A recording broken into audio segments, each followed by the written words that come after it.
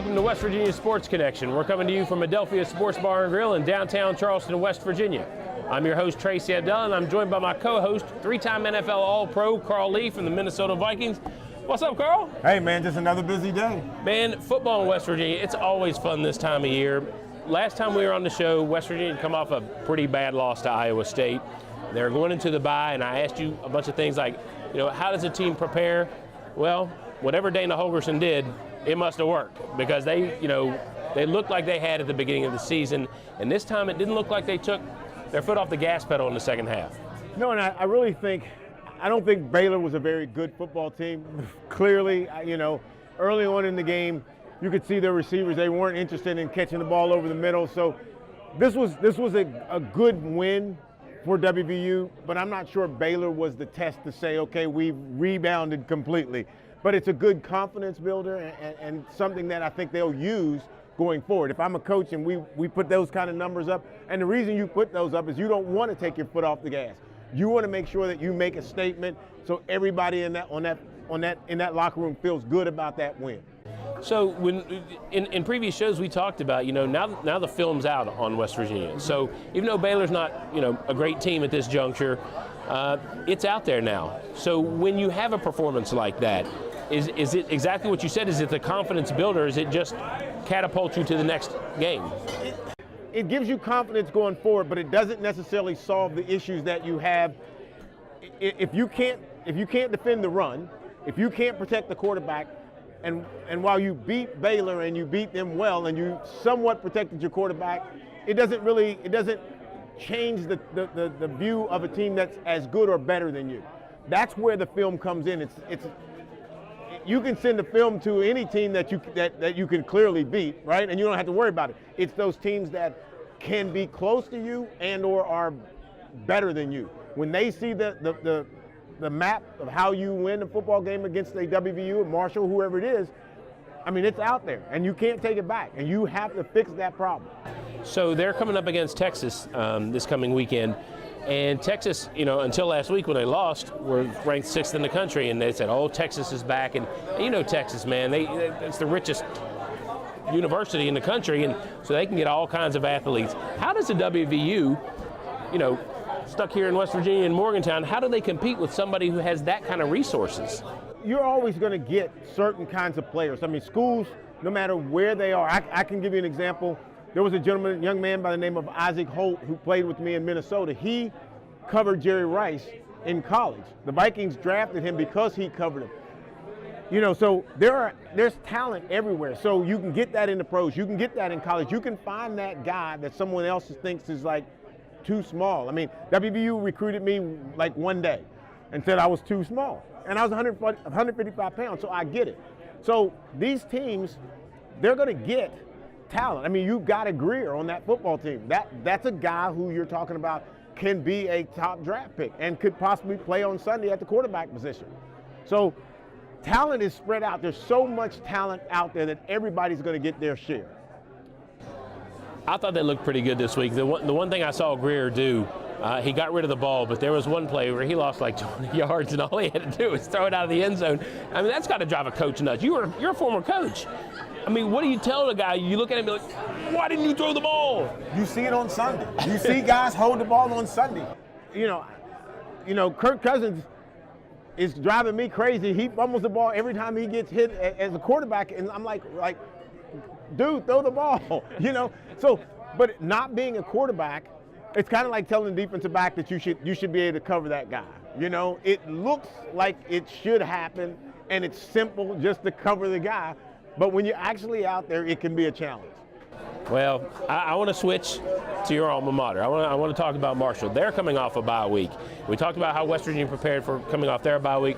Marshall's now coming off theirs, and something we talked about before the show, Doc Holliday named Alex Thompson the starter again. He started the last couple weeks.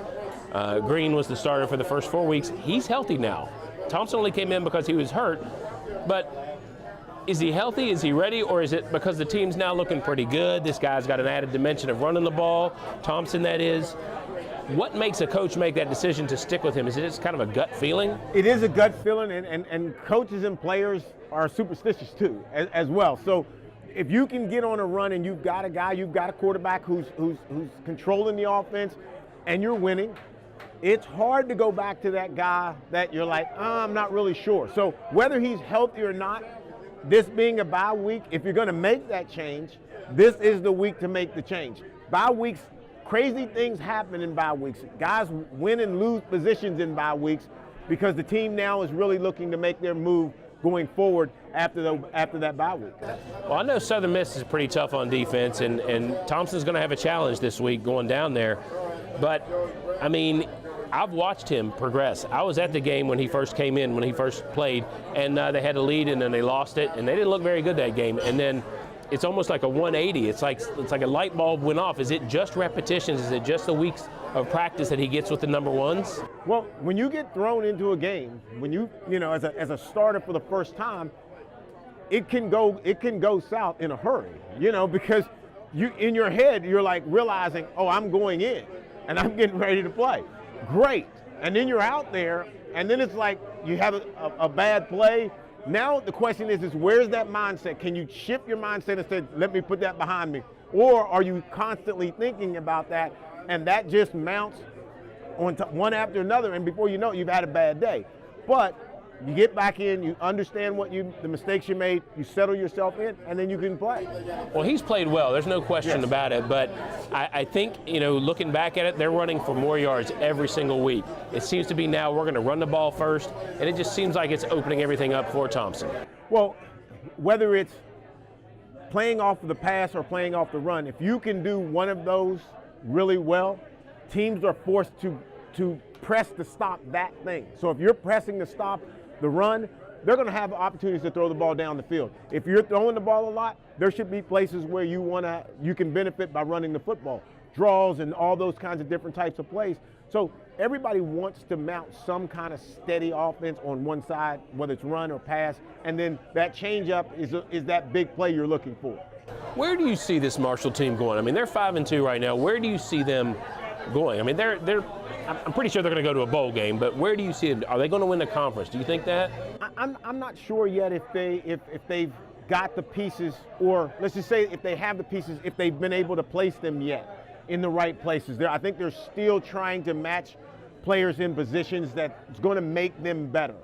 And I think, you know, you're probably a week or two out of where you're going to be like, you got to go with something. You know, you got to go with this guy. This has got to be your quarterback. This has got to be your linebacker. This has got to be your tackle. You know, at some point you got to settle in and then make that run. And I think until they get settled, I think it's you're right. They'll go to a bowl, but I'm not sure what it looks like for them right now until they really get themselves situated and have players in place. Do you think they'll settle in? I mean, I know it's kind of speculating right now, but do you think they will settle in with Thompson? I mean, the thing that he seems to add that Green doesn't is that he runs the ball a little bit. Yeah. And, you know, I was reading an article that says, you know, the team is like, well, you know, that's one more dimension you have to defend that they didn't have early on in the season, and now, I mean, is it time? Does Doc have to make that decision now, or is it just kind of a game-by-game thing? I'm going to speculate here and say he's made that change, because the last thing that you want is a quarterback controversy. The last thing you want is like, who's the quarterback? You can't make a halftime change.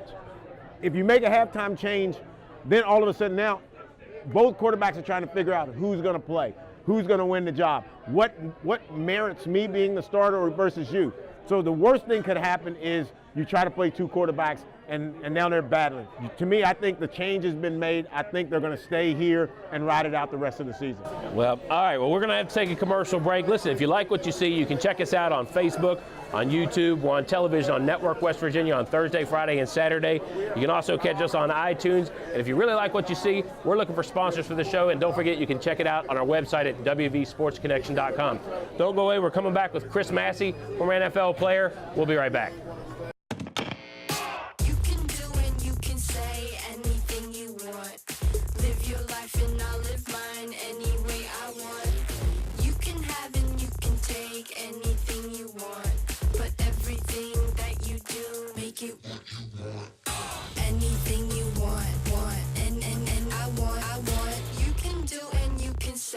Anything you want, but everything that you do, make it what you want. West Virginia Sports Connection is brought to you by Subway. Development of West Virginia, Greg Hammond. With promotional consideration from Spriggs Distributing Company, Yingling Golden Pilsner, Hendrickson and Long.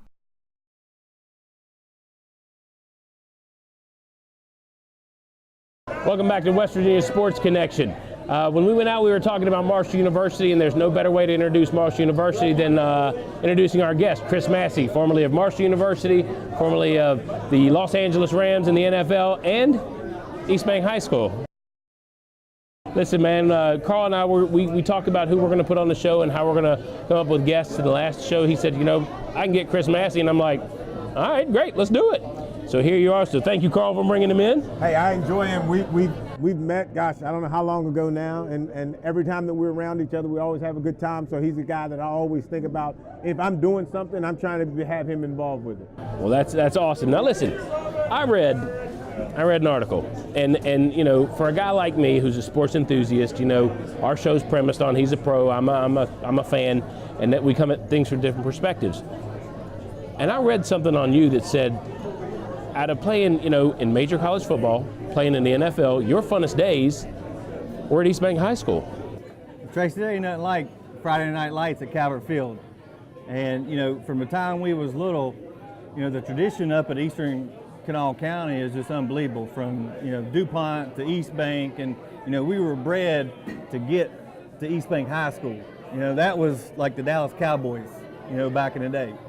I mean, so when you were younger, that's how you were looking at it. That's you couldn't wait to get there. All of us couldn't wait to get up there and put on the blue and white. Those the guys I grew up watching. My brother was 6 years older than me. He won 2 state championships.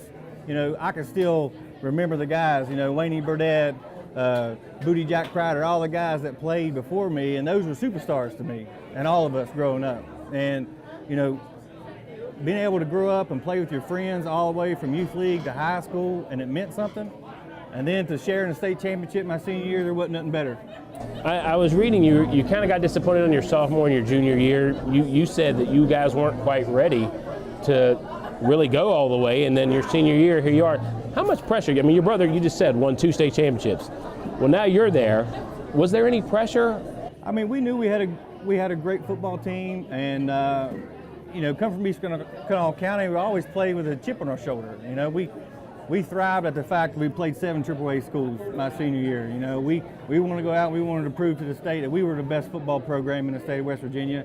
And we wasn't quite ready, my sophomore and junior year, but we knew we had a talent, we knew we had the players, we just had to put it all together. Well, I was going to say, I'm going to back up just a little bit, because what's interesting to me is, when you talk about can't wait to get into blue and white, right? For me, I'm like, I loved high school ball. I couldn't wait to be at South Charleston High School. I couldn't wait to get to Marshall. But in my head, I was always thinking about Sunday. Were you even thinking about where you wanted to go, or were you just trying to get to? Well, I mean, it's always a dream of every youth football player to play the National Football League. It was always my dream. I just felt like I always had a longer road to go from where I come from. But it wasn't until, I started watching and learning about Carl Lee and guys like Denny Harrah that I felt like I had an opportunity to do that. I just had to put in the work. And a funny story, and I think I've shared this with Carl before, I was a huge football card collector growing up. So I had a couple of Carl's cards, right? So my mom, she had worked with a gentleman that knew Carl's mother. And he had told me that he would be able to get Carl's signature on my cards. Just give me some time. So I had all my cards lined up, and I gave it to my mom, right? So like a couple weeks go by, and I get the cards back with Carl's signature. And I put them in, the plastic case and everything, and tucked them away. So a few years ago, when I retired from NFL and I came home, my dad said, "Hey, you need to get your stuff out of my house," right? So I was like, "Oh, it's all my football cards." So I start going through my cards, and then I come across Carl's. And I'm like, "Oh man, it's my Carl Lee cards." And you two were acquainted at that point. Oh yeah. And I'm like, "Oh, these are my Carl Lee cards." And I started looking at the signature. Oh and no. I was like, ain't Carl's signature. That's my mom's signature. And my mom, she did not want to disappoint me because it was always my dream, because I always talk about, playing in the National Football League, and, if Carl can do it and Denny did it, why can't I do it? And she didn't want to get me down or anything like that, so she had signed them and given them to me and told me that Carl signed them and, hey, good luck and this, that, and the other. So I was telling Carl the story, and Carl was fortunate I was able to get one of Carl's jerseys, and Carl signed it for me. And so I got stadium frame, they framed it up real nice with the football cards in it, and I got it in my house. So Wait, the card with your mom's signature or his signature? That is awesome. With my mom's signature. So I got them framed in the jersey. Yeah. When you went to Marshall, I mean, obviously you knew about Carl. What led you to go to Marshall? Well, I was an All-American in high school. I wasn't recruited other than, the standard Division II schools and some of the other MAC schools and stuff like that. But, I always felt like I was good enough to play Division I football. And an opportunity came about as my junior year to go to Morgantown. I thought I had an opportunity to go up there, and it kind of fell through. And actually, I was stuck with nowhere to go.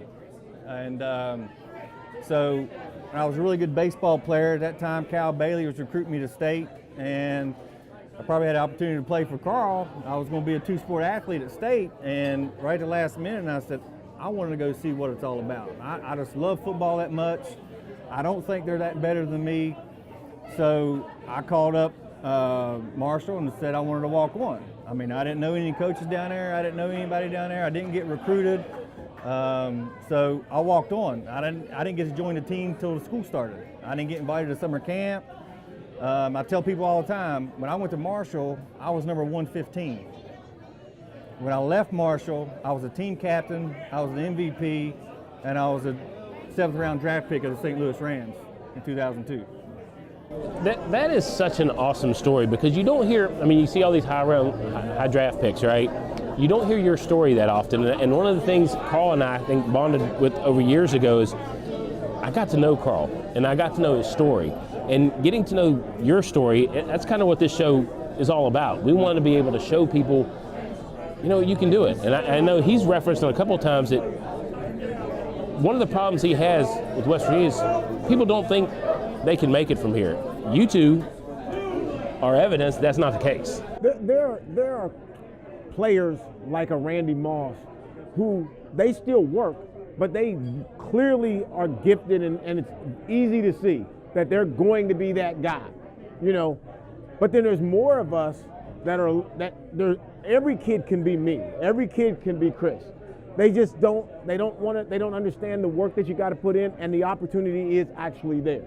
Let me cut you off right there. We got to take another commercial break. Listen, again, if you like what you see, you can check us out on Facebook. You can check us out on YouTube, on iTunes, on our website at wvsportsconnection.com. And we're on television on Network West Virginia Thursday, Friday, and Saturday at 5:30, 6, and 8:30. Check us out. We'll be right back. You can do and you can say anything you want. Live your life and I'll live mine any way I want. You can have and you can take anything you want. But everything that you do, make it what you want. Anything you want, and I want. You can do and you can say anything you want. But everything that you do, make it what you want. West Virginia Sports Connection is brought to you by Subway, Development of West Virginia, Greg Hammond. With promotional consideration from Spriggs Distributing Company, Yingling Golden Pilsner, Hendrickson and Long. Welcome back to West Virginia Sports Connection. We are coming to you from Adelphia Sports Bar and Grill in downtown Charleston, West Virginia. Carl, when we went out of the break, we were talking about, or when we went into the break, we were talking about how sometimes people from here just don't give themselves enough credit. They can actually make it. It's amazing, and again, talking about guys like Randy Moss, who are phenomenal athletes, but there are a ton of guys that are like Chris and I, that just can work hard, get an opportunity. Doesn't matter. Walk on, what round you get in, just get there. And at some point in time, you have to put yourself out there to take the risk. And you do that better when you do all the preparation prior to, and I mean, and I'm sure Chris is the same way. I mean, my training, I was out there doing it on my own, just training on my own, just trying to get there. That's what it takes. And we short-side ourselves because we just won't put in the effort because we're almost afraid that we won't make it. The effort about trying to make it, to me, is the thrill of it all. Is that kind of how you looked at it? I'm a really good long snapper. I snapped in high school. Only thing I want to do is prove that I played one play at Division I. I wanted to prove to everybody that I stepped on the field and I played. And so that opportunity come about, and I seized it, and the rest is history. So you made that suggestion. I did. And look where it took you. Well, first of all, I got my school paid for it. They put me on scholarship after the '98 season, and Coach Pruitt done a lot for me in my career at Marshall, and then even my post-career in the NFL. He's always been a mentor. He's always going to be there for his players, and I never thought that skill would take me as far as it did, but I was just blessed. And what people don't understand too is a skill like that. If I'm a guy who I love football and maybe I don't have a specific position that I'm good at, I'm trying to talk to him and say, hey, show me how to long snap. Guys, I don't know what the mentality or how the mentality got that you need to be like. Part of it is just getting there. And then once you get there, the life changes altogether. Everybody's counting on that long snap. I was a guy who ran down on punts. So I know the value of that punt, that snap. All those things, they're not looking at it the right way. They're just looking at it as like this individual thing and what I think I want to be compared to like what's available to me. So when those doors open, I got to know what it's like for somebody like me who's never, ever going to experience that or never known. I played in high school and that was pretty much it.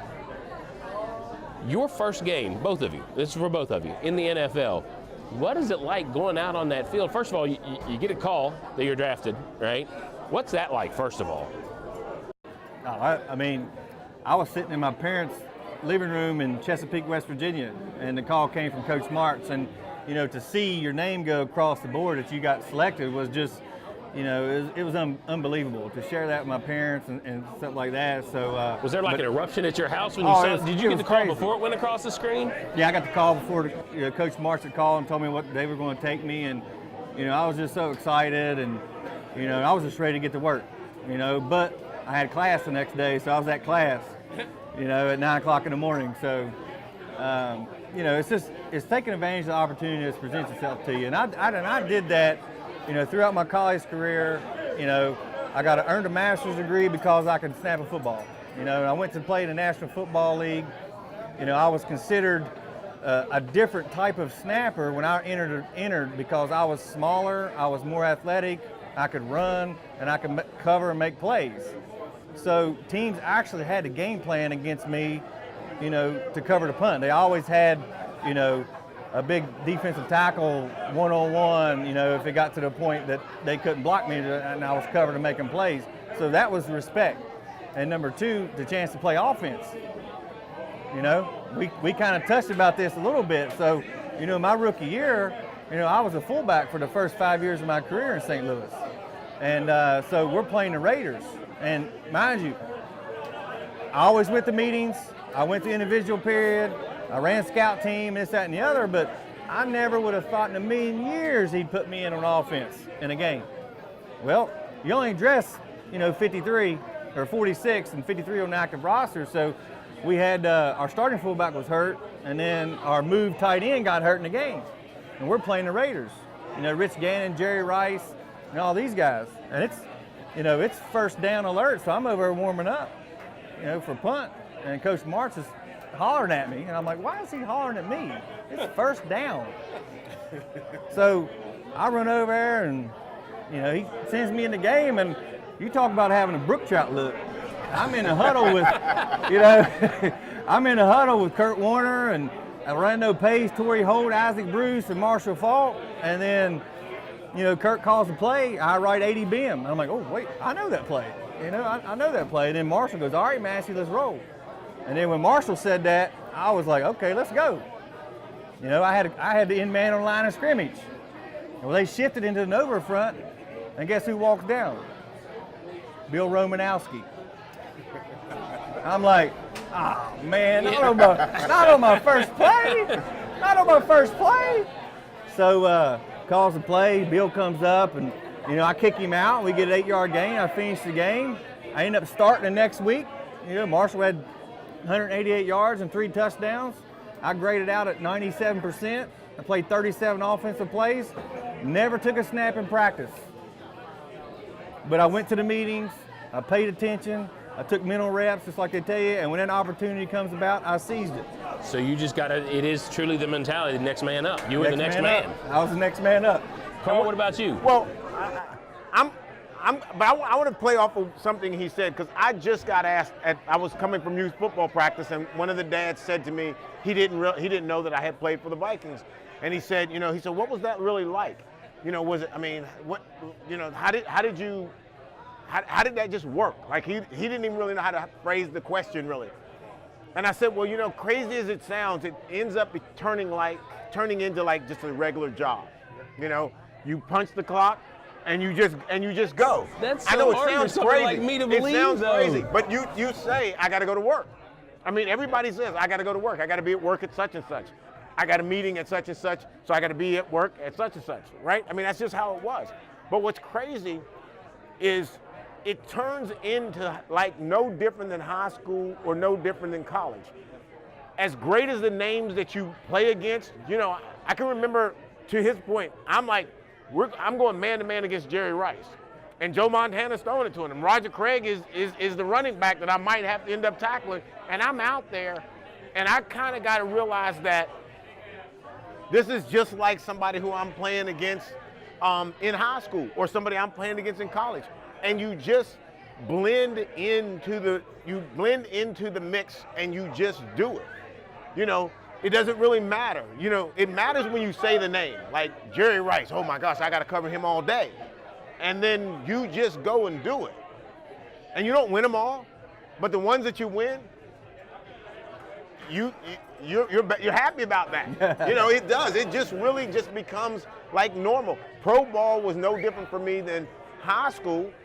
Wasn't any different than college. And how do you really say that? It's crazy, but you played it. And you just did what you did.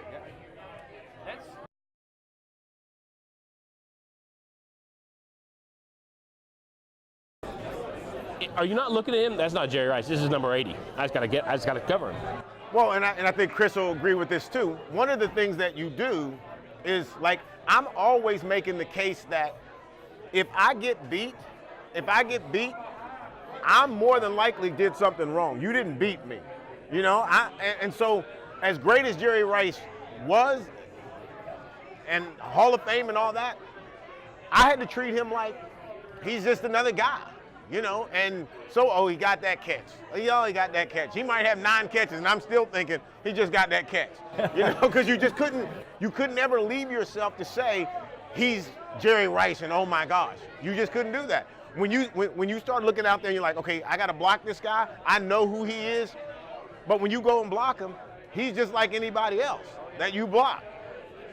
What was that? I mean, you said, oh man, it's Bill Romanowski. So when you go to hit him, I mean, does all that just go out the window? It goes out the window, man. You play ball. And it's just ain't nothing like Carl is like playing high school. It's football. When he comes out of that stance, there's no turning back. No. there is no way for him to turn back on that block.